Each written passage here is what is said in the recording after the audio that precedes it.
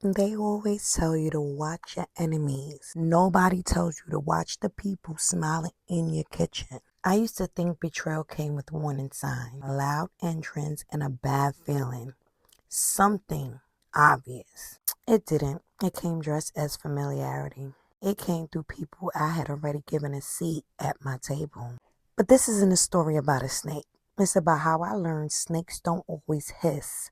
Sometimes they hug you first. Welcome to Verses of the Womb, Moonlit Dreams. Baby, grab your tea because this ain't about throwing shade. This is about sharpening your discernment. Have you ever looked back over your life and realized God wasn't showing you who the snake was? He was showing you how the snake moved. See, no backstory. Years ago, I dated someone. Life happened. We went our separate ways. We both had children with other people, and life kept moving. No hard feelings. But there was always this one woman. Every time I was around her, my spirit got quiet. Nothing happened. She wasn't disrespectful. She wasn't loud. But my intuition kept whispering, pay attention. Now here's where the lesson starts. I had people around me. I was outside. Of course, people I known for over 20 years. Some more. Some of them as family. Some of them were friends. People, let's put it like this. People I would have never questioned.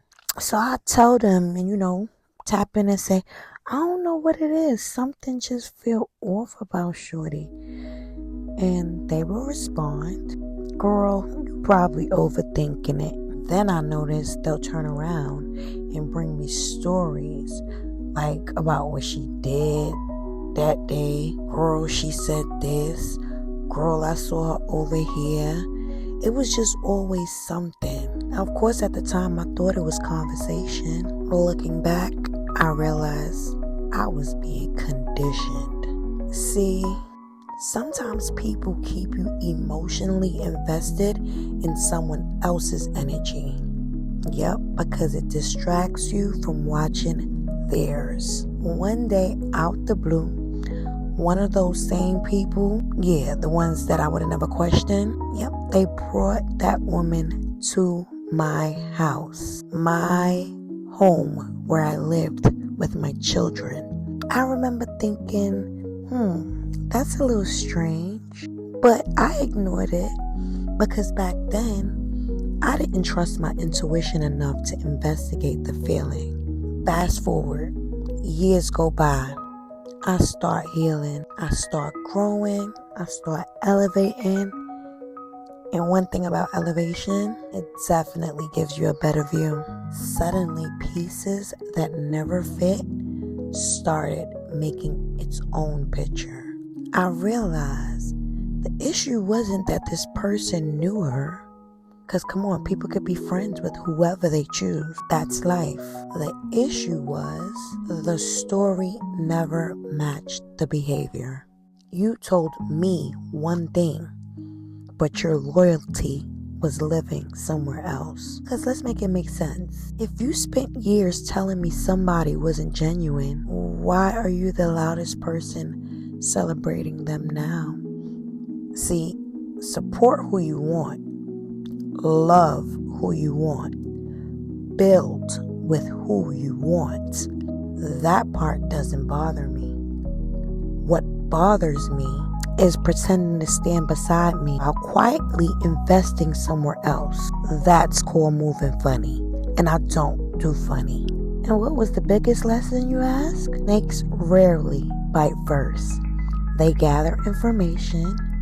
They stay close enough to hear your dreams, your plans. They peep your insecurities, your victories, and then, little by little, they start shaping narratives. Not always with lies, but sometimes with omission. Sometimes with little comments, and sometimes by agreeing with whoever opposes you.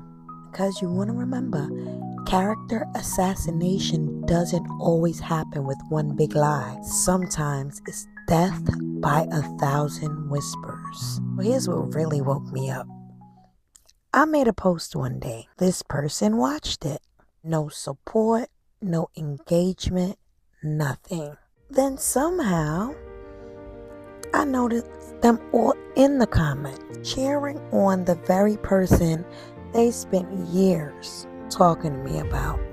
That's when it hit me. It wasn't about social media. It was about consistency. People show you where their loyalty lives long before they ever say it. Here's the beautiful part.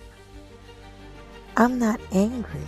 I'm actually grateful because discernment saved me from wasting more years wondering where I stood. I don't need explanations anymore because patterns answered every question that I had. So if you're listening to this, do not ignore the feeling that keeps showing up. Now, I don't want you to confuse intuition with insecurity. Your gut isn't always right. Sometimes it's fair. Other times it can be past hurt. And that's why I don't judge people based on one moment. I watch for patterns. Patterns tell a much clearer story than a single interaction ever can. So keep an eye out, watch how people celebrate you, watch how they speak about others, and watch whether their actions consistently match their words. Those are the things that reveal far more than one uncomfortable feeling. Because one thing I've learned, everybody smiling with you ain't necessarily smiling for you. And sometimes the snake isn't in the grass. The snake learned how to sit at the table. I am grateful you stayed. And before we close, a quick word of wisdom. Protect your peace. Trust consistent patterns over polished performances. Your intuition may raise a question, but your discernment should wait for the evidence. Once the pattern becomes clear, don't argue, don't announce it, and don't seek revenge. Simply change who has access to you. That's how you protect your energy and your future. If this story resonated with you, follow, share, and subscribe. We all cross paths with people who taught us what discernment really looks like. More story times coming soon.